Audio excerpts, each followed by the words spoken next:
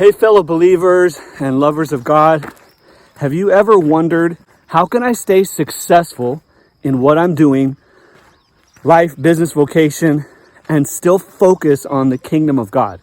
The Bible shares a powerful story about this. Matthew chapter 19 in the Bible, there's a story about a man called the rich young ruler. Basically, we could just say someone that is really successful and getting it done in the Western mindset of success. In verse 16 to around verse 30, you see Jesus interact with this man. He says, "Hello, good teacher. What must I do to have eternal life?" Jesus went on to ask him, "Why do you say that I'm good? There's only one good, and that's God." And then he says, "But if you would enter life, keep the commandments." And he lists them off. Do not murder, do not defraud people, do not commit adultery, honor your father and your mother, you shall not steal. The young man answered him, "I've been doing all of these since my youth. What do I still lack?" You hear it? What must I still do? What doing should I do so that I know I can inherit life?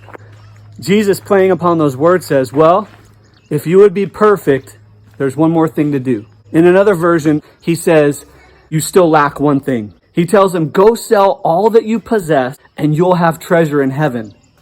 And then come and follow me. When the young man heard this, it says he went away sorrowful and grieved. Why? Because guess what? He had many possessions. Then Jesus turns to his disciples and he says to them how difficult it will be for the wealthy to enter the kingdom of God. He uses a different phrase. He says to enter the kingdom of God. He doesn't say to inherit life. He starts with, it will be very difficult for the wealthy to enter the kingdom of God. It's a completely different word than life, Zoe. Disciples to go on to ask, well, then who can be saved? And Jesus says, well, with man, it's impossible.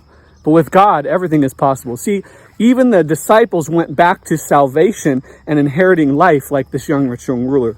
Then Peter, as many times he does, says, look at us. We've given away houses and homes and family and brothers and sisters to come follow you. And Jesus tells him, everyone that's done that in this age and the age to come, you will inherit eternal life.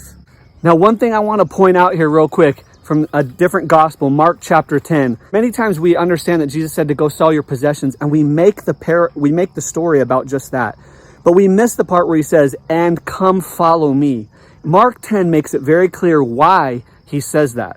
In verse 17 in Mark chapter 10, it starts out a little different and says, and as Jesus was setting out on his journey, a man ran up and knelt before him and asked. See, Jesus was already with the ones committed to following him to do what the Father's will was. Like Peter is going to say, we've given up all this stuff to follow you. And Jesus is like, yeah, and you're going to inherit life in the kingdom, not just find eternal life. You're going to inherit something bigger. See, this young man was supposed to go sell his possessions, not because it was wrong of him to have the possessions. It was because that's what was holding him back from his yes in God. That's what was stopping him from moving forward in the kingdom of God. To do what? See, Jesus was giving this young man a double blessing. He asked Jesus, how do I have eternal life? But Jesus didn't just answer how to have eternal life. Jesus answered him how to have eternal life and how to have the kingdom of God so that everyone around you could receive eternal life. He was going to let him follow him and go into the journey and lay hands on the sick and watch the dead raised and watch Jesus love people and forgive people so that the world might know, is what John chapter 17 says. So that the world might know and believe in the one whom he sent. See, he was giving this young man an opportunity to do both, and the young man denied it. So friends, here's my question for us today. What was this man's real obstacle? Was it wealth? Or was it something else? And what did Jesus really give him as an answer? Just the one he wanted? Or abundantly more than he'd even asked for? Friends, if you don't want to let obstacles like what happened to this rich young ruler get in the way of you being able to focus on the kingdom of God, and yet while you're still being successful in life, join our community because we're chasing after this with God. The community link is in the bio. We would love to get to know you so that when Jesus says, come follow me, you have the courage to say yes.